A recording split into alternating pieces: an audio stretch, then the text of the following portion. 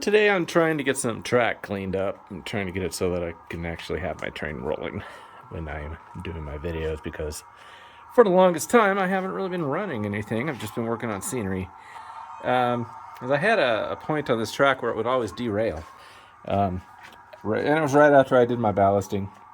And so the problem was, so when I did my ballasting, the glue dried, and you can see a little bit right there. Let me see if I can grab my... Okay, so what you don't want is to have any of that gravel on top of the... Yeah, so you see that there's power going to this track, so I don't want to cause it short, but... So the wheels of the train, they actually run inside the track, on the inside. And the flange, it drops down a bit. So if you've got gravel from your ballasting in there, it's going to cause a bumpy ride for your train, and it's potentially going to derail. So you got to go through and get all of that off. And just go like that, and I cleaned it out, and then vacuum it off. What you want is the train to go through. Let me turn it on here. You want it to run smoothly. You don't want it bouncing up and down. Change the direction. It's going to come up around the bend.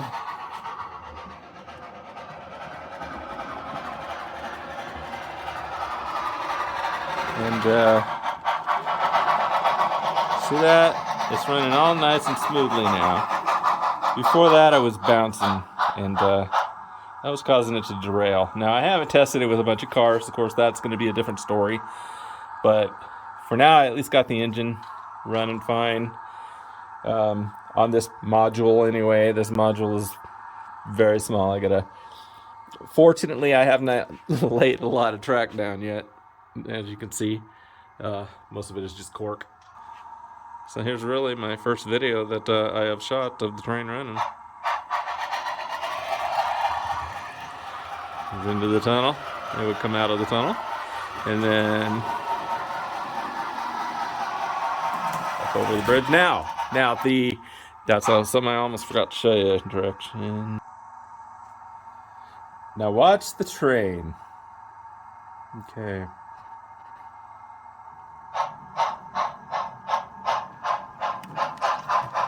Yeah, notice how it kind of hops up right there. That's going to be a derail point, so I got to fix that.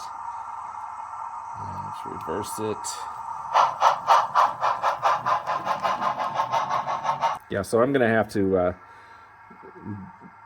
pull out all that ballasting right there, that little section right there. Try to get the track kind of evened out. It's a little bit past the point of filing. Plus, I really need to, I want to kind of fix this turn right here. As you can see, my solder joint failed. It's not exactly turning smoothly right there, but I might be able to do this with just one big long run of flex track. See if I can maybe get it onto that bridge somehow. I'll do some modification. But I don't really want to have any joints where I'm doing any turns anymore, if I can avoid it. And definitely not when I'm going over a bridge. But anyway, yeah, that's what I'm working on today. Okay, I've got my track pulled up, and now I'm going to try to start reworking this section here so that I can have a smooth transition. With you made a flex track. I'll finish this little bridge section right here before I put the track down. And then I'm going to have, this is a section where the module, they split apart. So I've got to design this so that I can have a track split right there and easily be able to reconnect them. That would be the first time I've ever tackled such a thing, but I've seen it done. I have an idea. And then I'm going to continue on, install my bridges, and hopefully get all the way by the end of the day into the tunnel. there. So tomorrow, hopefully, we'll start laying tunnel inside the track and then out. Okay, so here's what I ended up doing. I pulled that back all the way to the pink foam, laid down new cork. I cut it in a place that is going to be a straightaway, so minimizes the cuts on turns. I took out the wood block, didn't need it. The bridge is going to be flush with the cork, so the wood plywood underneath that was not absolutely necessary. Did new cork here and extended the bridge. The glue is drying, so I can't really do much more at the moment. But so here's what I decided to go with for the track. So this is all just one big long piece of flex track. I put the bridge through the track, so I don't have to worry about any joints right there. It'll just connect in two places where one, the modules pull apart, and the other point is up there. So I think that'll work a little better. When the glue dries, I will begin putting it down. Okay, gonna solder some track. Here's a little trick that I came up with to make sure the track is straight before I solder it together. Let's put this little ruler in here and try to get them lined up. I like to stick this underneath there, and that keeps the rail ties from melting when I do it. All right, so I'm gonna get that lined up again, push that in. Okay, so now let's solder.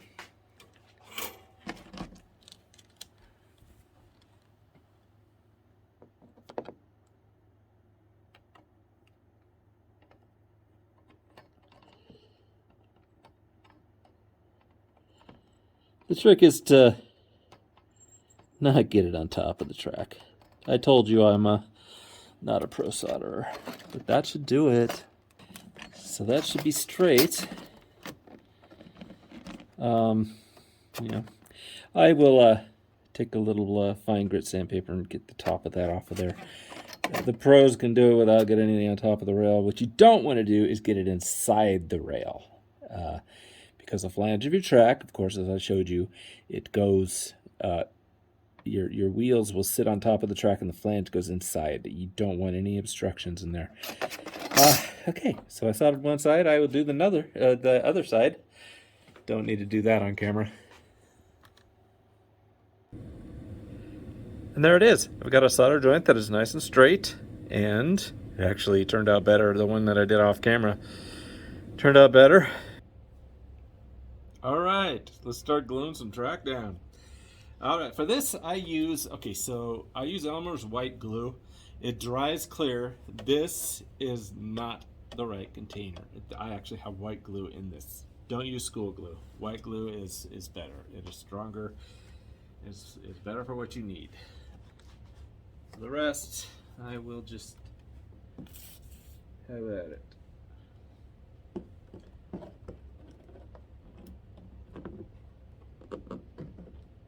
Should be enough. I'm gonna spread it out a little bit.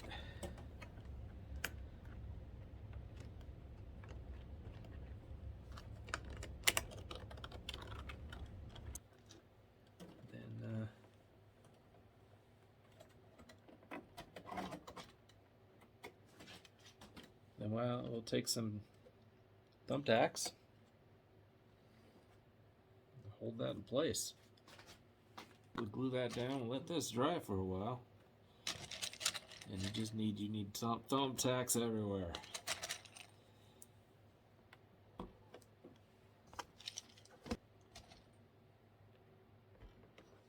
So So then I'm going to take and I'm going to finish on. I don't need to glue the bridge down because the bridge will be just kind of freestanding. The track will hold it together. As I pointed out before, this is all one long rail, so it's going to be nice and strong. But I will continue on off camera. And if you're impatient like me, okay, I got the track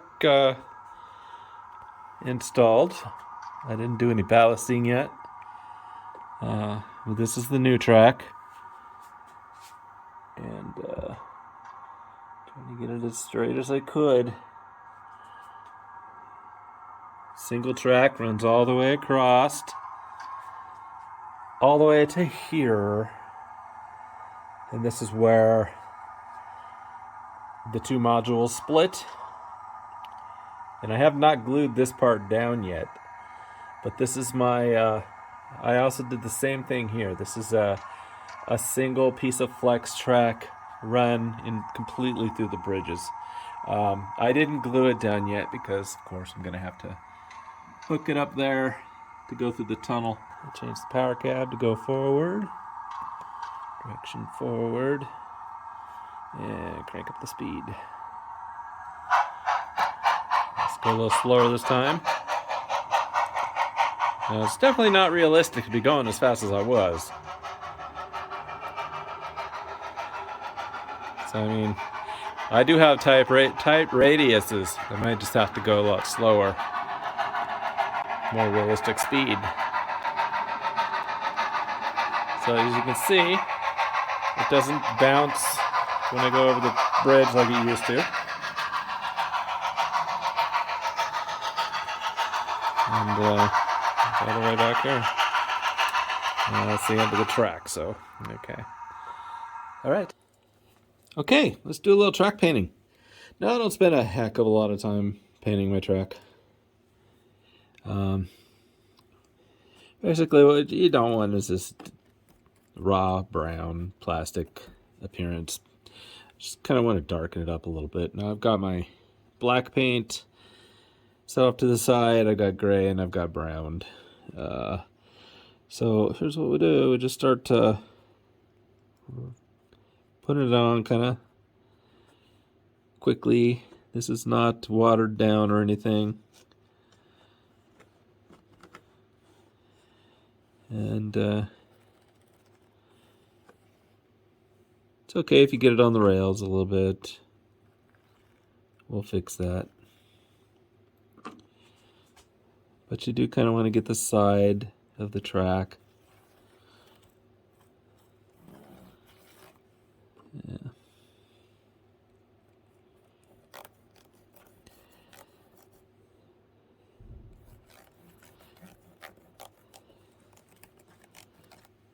Okay. Going pretty fast.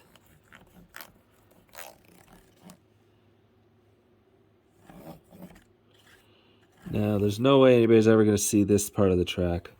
It's right up against the side of the mountain. But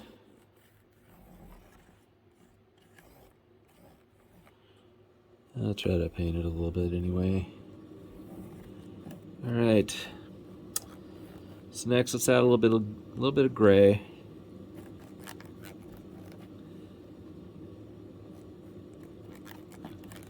Just kind of spread that around a little bit. Now this is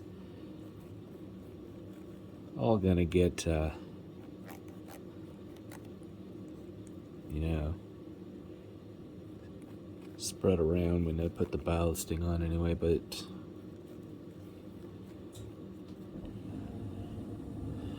yeah.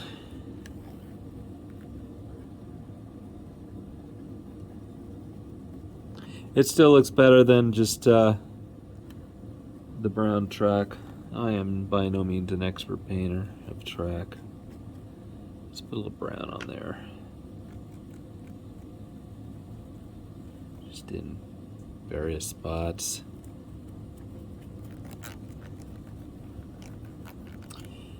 Alright, now I call that a painted track, and it is done.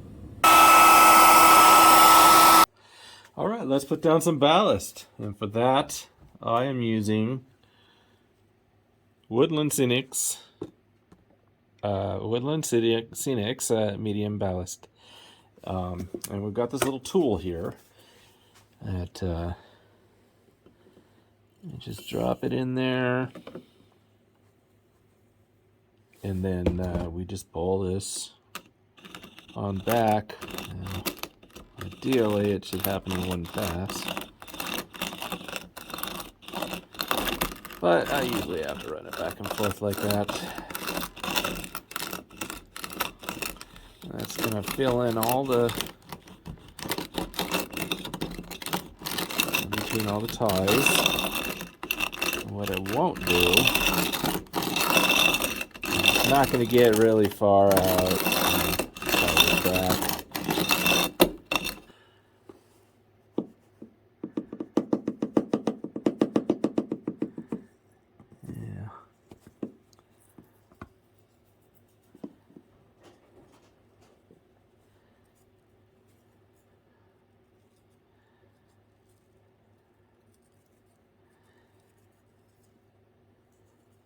There. So then I'll take this fan brush and just kind of flatten it out a little. So I'll go through and I'll make the ballast look all pretty like that, and then I'll cut the video, and when I come back it'll be all nice and smooth. Okay, now that's about as smooth as I'm going to get it with the brush. I used to spend a lot of time meticulously trying to pick all of this gravel off the top of the railroad ties. It is a very futile task, because when you start putting the glue on with the dropper, all of that ballast is just going to get on top of the ties anyway. So there's no point in really trying to get it perfect at this point. We'll do that as the last step. All right, so I am going to turn the video off, and when I come back, I will start applying the glue. Okay, this is my ballasting glue.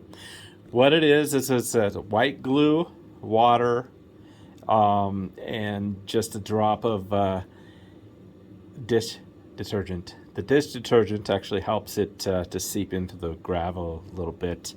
I can't remember the ratio, to be honest, of water to glue. It's been a while since I mixed this up.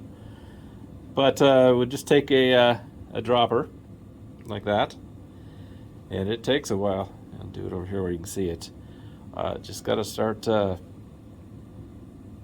putting it in there, and it'll that's going to seep down into the gravel, and when it dries, it's going to leave it all glued down. So I will finish this part, and when I come back, the gluing down of the ballast will be done. Okay, all right, got the ballasting all finished.